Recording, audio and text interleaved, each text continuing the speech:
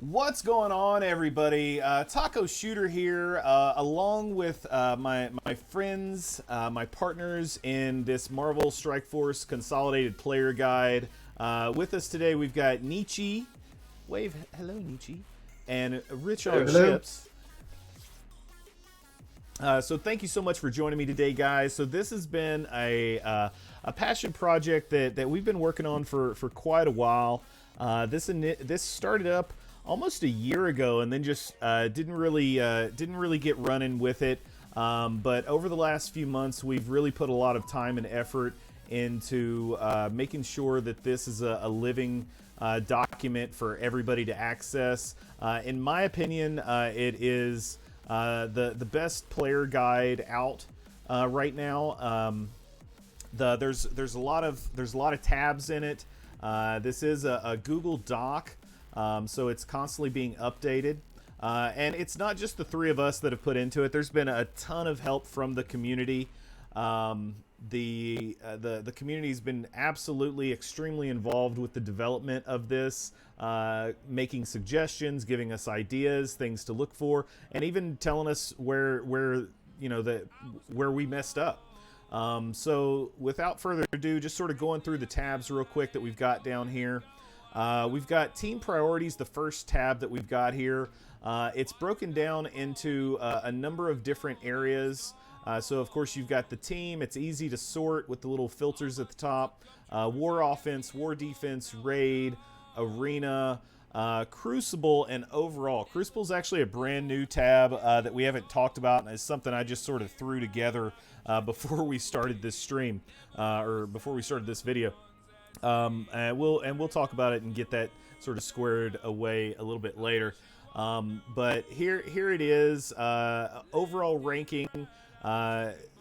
You can see there's a couple teams at the top. Supernatural doesn't really have a team. Unlimited X-Men we don't have enough information about yet. And then we know we've got Asgard's coming, rework with Asgard's coming soon, but we haven't really done much with that. T4 priority. Rich, you want to talk about this? This was sort of your passion project, getting it started. Yeah, so initially, one of the biggest issues was, when you have an infographic, fortunately, they tend to get out of date pretty quickly.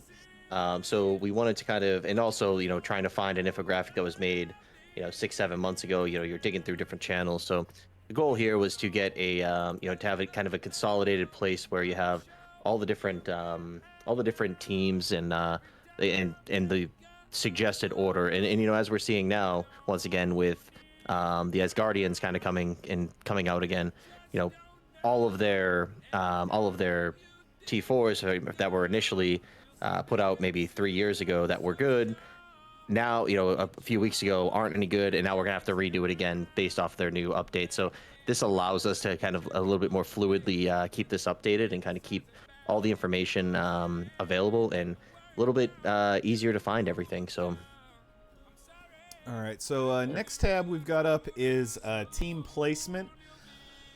So for team placement, this is one where Nietzsche was really heavily involved with in particular. Nietzsche, you want to talk about this a little bit and what we did here? Yeah, so team placement basically, it's from left to right. What should your team be ordered in based off of, what their most popular um, game mode is. So it's to maximize specifically adjacent buffs or abilities and to maximize survivability. Who do you want hit? Who do you not want hit? So a lot of times you'll see healers or squishy characters on the sides, and you'll see characters that have an adjacent buff of some sort to some sort of ally of theirs in between or next to a specific character. So this just helps kind of outline, what it would be a recommendation of ours for where you should put people. All right, and and you'll notice that we didn't really touch on all the teams. Some of this stuff just sort of says irrelevant or ignore, and not all of the places are completely full. In all instances, there may only be 2 or 3 characters that we put out there. Ultimately, this is all just our suggestions. Each one of these tabs is just our suggestions, but you've got a lot of experience that went together putting this together, and so definitely a valuable resource. So next up, we've got ISO selection, and this was quite an ordeal because there's a lot of characters in the game, and so sort of trying to go through all of the characters and figure out what ISO in particular was best for them, and then how far you should take them, because ultimately ISO is absolutely a bottleneck, and you don't want to overinvest when it comes to ions in particular. Just because it's so difficult to get those ions built up for when the new characters are brought out. You've got some max ISO recommendations. That doesn't mean that's the absolute highest that you should take it to, but that's sort of where we think you should be, because you look at the AIM characters in particular, no one should have any more than just the one free ISO in them that they have, and just using that as an example. So next up, we've got elite credit priority. And this was initially brought to Rich. So Rich, if you want to talk about it a little bit and how we did this. Yeah, this is just another resource management tool of just, you have a limited amount of, the gold and silver promotional credits. So the idea here is, you're always the most common question you're usually asking is it worth bringing this character up to 5? Is it up to 6? Do we use the gold promotion credits to 7? So I think, in order to better help with that, I think this here is going to kind of give you a guide of, once again, what we are suggesting the number 1 characters to bring up to that 6 gold, or that, to bring up to 5th red, or if you're kind of unsure, this is just kind of a way to kind of because you'll be sitting there staring at that upgrade in the store for like 4 or 5 days, and you're not sure if you want to do it. So this will kind of give you some security of how you feel about how other people feel about bringing that character to 5 or 6 or so on. So all right, and one of the things in particular that you'll notice on this tab is we've got sort of the top 15 recommendations for gold 6, but then we don't have anything in the gold 7.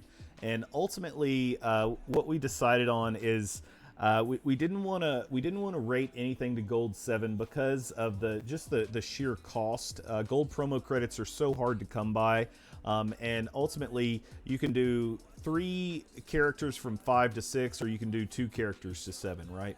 So unless you're sort of towards end game, you probably don't have excess of these, and even if you are at end game, you probably don't have excess of them.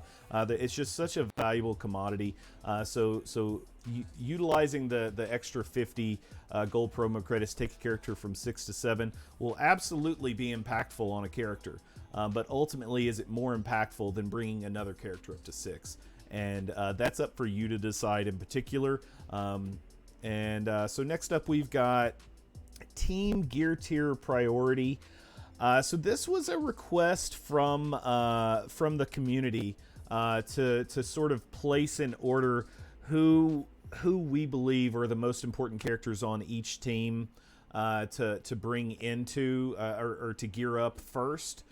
You look at you look at Heroes for Hire, for example, and Shang-Chi's the absolute no-brainer. Like, you work on Shang-Chi before you work on anybody else, in statement.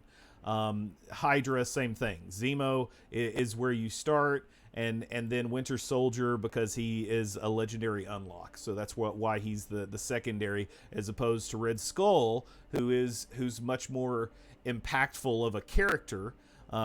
Currently sort of homeless, but for the most part, much more impactful as a character. So that's sort of what we did here. This was a very long Sunday of Nietzsche and I going through and trying to figure out how this worked. Happy I was away for that. Yes, yeah, you were in jail at the time, I think. Next up, we've got Crucible. So again, this was really more. Nietzsche put the majority of the work in here. I helped him out with it. So Nietzsche, you want to talk about this one a little bit and what we did? Yeah, and this I think is honestly, it's a work in progress. This is after Crucible was out for maybe 1 week. Yeah. So there's still a lot to be done on this. This was a few suggestions that we had made at that time of what can be used in these different slots. Um, and so you're kind of looking at room effects, so you don't want to put certain character or certain teams in there that do not work with a specific room effect or are going to get negatively affected by that room. Yeah. These are just some initial suggestions. I We do need to go back and revisit this. We're now on what, week 4 or 5 of Crucible. So, and like Taco said, this is a spreadsheet that is going to be constantly updated. So expect to see a lot of new changes for this tab. All right. And next up is another community ask. What are some popular war counters for attacking? So we put together a number of defensive teams that we see a lot in war these days. And what are like the top three options to counter those particular teams that we have out there? I feel like that's sort of self-explanatory. This is just what we find works very well. So if you in particular, have other ideas, that's not saying that you're wrong. By all means, this is a handful of people sort of chatting about what works really well for these particular teams that we come across. Obviously, you're not going to see, one player isn't going to have 25 defensive teams nor 25 offensive teams. We've got a set number of teams that we can put down and a set number we can attack with. So And next, what's I up? was gonna say, I think that also it's also good to say there that it's gonna change depending on where you are in the game and where you are in war. So, Yeah, you know, so absolutely. So these next two tabs, Nietzsche. So these are tabs from one of your old spreadsheets that you put out a long time ago, and really useful information. If you just want to chat about this for a second. Yeah, so this tab is specifically telling you what is a stat percent per level starting at level 65. So for example, I go 65 to 66, I'm getting about a 1.5% increase to all stats. 66 to 67, 1.5% increase. And so that's how it's going across the board. Here is just telling you from to level up to the next level, here's your stat percent increase. Now I do have two levels on here specifically that are highlighted in yellow because every other um, level up is roughly the same stat increase per level. However, these two specifically have the largest increase in stats, and that's level 71 and 74. And those are massive increases to focus and resistance, and going to be one of the pivotable levels that you want to invest into. So you don't want to stop at 70, you want to go to 71. That's one of the things that you should get out of it. Do not stop a character at level 70. Just pump one more level into them, and that character is going to become that much better. All right, and next up we've got a stat increase by gear tier. Again, this is another one from Nietzsche that he provided for the tool itself. Yep, so basically, this is telling you we're using a base of gear tier 12 at the start, and we're saying, okay, well, if I go from gear tier 12 to gear tier 13, what is that total percentage upgrade? Now, the percentage upgrade on average are these total upgrades that you see here in orange. So going to 13, it's 4% for health damage armor, and then 2.7% for focus and resistance. Now you'll see a gear value over there on the right side that's in white. That is actually the amount that you're getting from the gear specifically, and then the upgrade value is the amount you get from hitting that upgrade button. So what you can see here is that gear tier 13 to 14 actually has the biggest increase in stats. So one thing that you want to take away from that is based off of the amount of SBCs and the materials that you're going to have to use, that is the best value for a percent upgrade. So Gear Tier 13, it's not a big deal. I would not be taking like 5 characters to Gear Tier 13. I would be taking 2 characters to Gear Tier 14 and using roughly the same resources. Yeah, and so same thing for Gear Tier 15. If you're just based on this chart in particular, if you're not planning to take a character to Gear Tier 16, the value that you're getting from 14 to 15 is all in the gear, and it's not a substantial value. It will help by all, it'll absolutely help, but it's very very similar to what you're getting from Gear Tier 12 to 13. Yeah, and specifically for like Gear Tier 15, uh, you see that it's all in that gear value. You don't even have to get them to Gear Tier 15 really to maximize on that percentage increase. You can just put in the gear pieces and Yeah, not even actually upgrade them.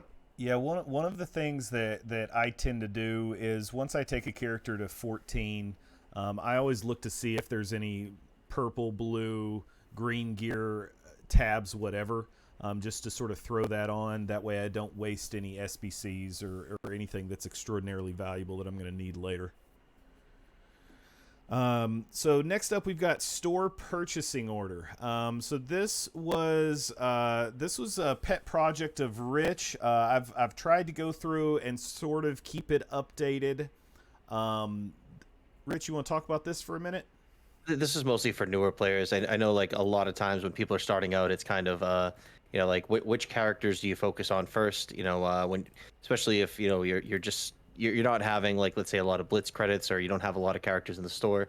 With so many characters in there, it just gets a little overwhelming on where to start, which direction to go in. So this was just to help people once again, just to give a suggestion on what's the order that you would if you're still purchasing characters from the stores, what order you should prioritize them in.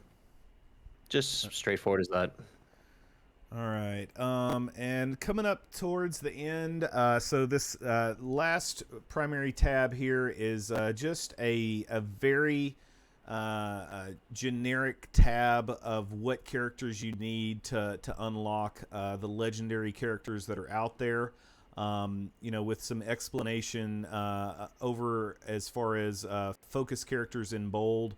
So the characters that we've got bold are who you want to focus on. That way, you're not significantly investing into, shield op or trooper, mantis, hand assassin. There's definitely some characters that are far more impactful and valuable than others.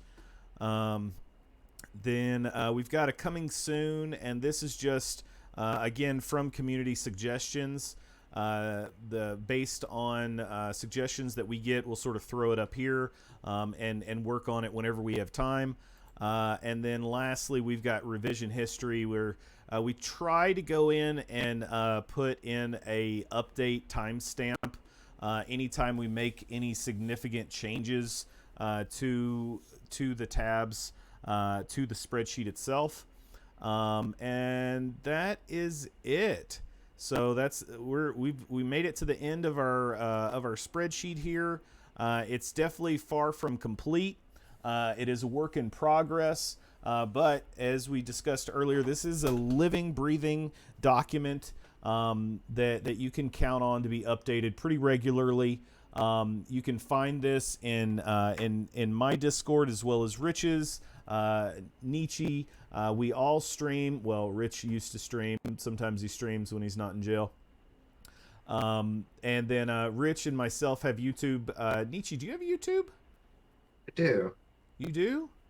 Yeah. All right, I'm gonna have to add that. We'll get that added in here. But you can find links to all of our YouTubes below, as well as to our Twitch accounts. Be sure to like and subscribe and follow and whatever else I'm forgetting to say. Anything you guys want to say before we get out of here? Nah, I just want to thank the community for all their help with this and providing suggestions and making this thing live and work. Absolutely. Yeah, thank you. Ditto on that. Rich? Yep, that's just gonna ditto that exact words. Just the whole purpose of this is for the community, and without the community, it's impossible to keep it rolling. So thank Yeah. you. So thank you so much for watching this video. Hope you liked it. Again, don't forget to like and subscribe. And remember that you're pretty, you're smart, and you're special. And I love you all very, very much. Peace and love, everybody.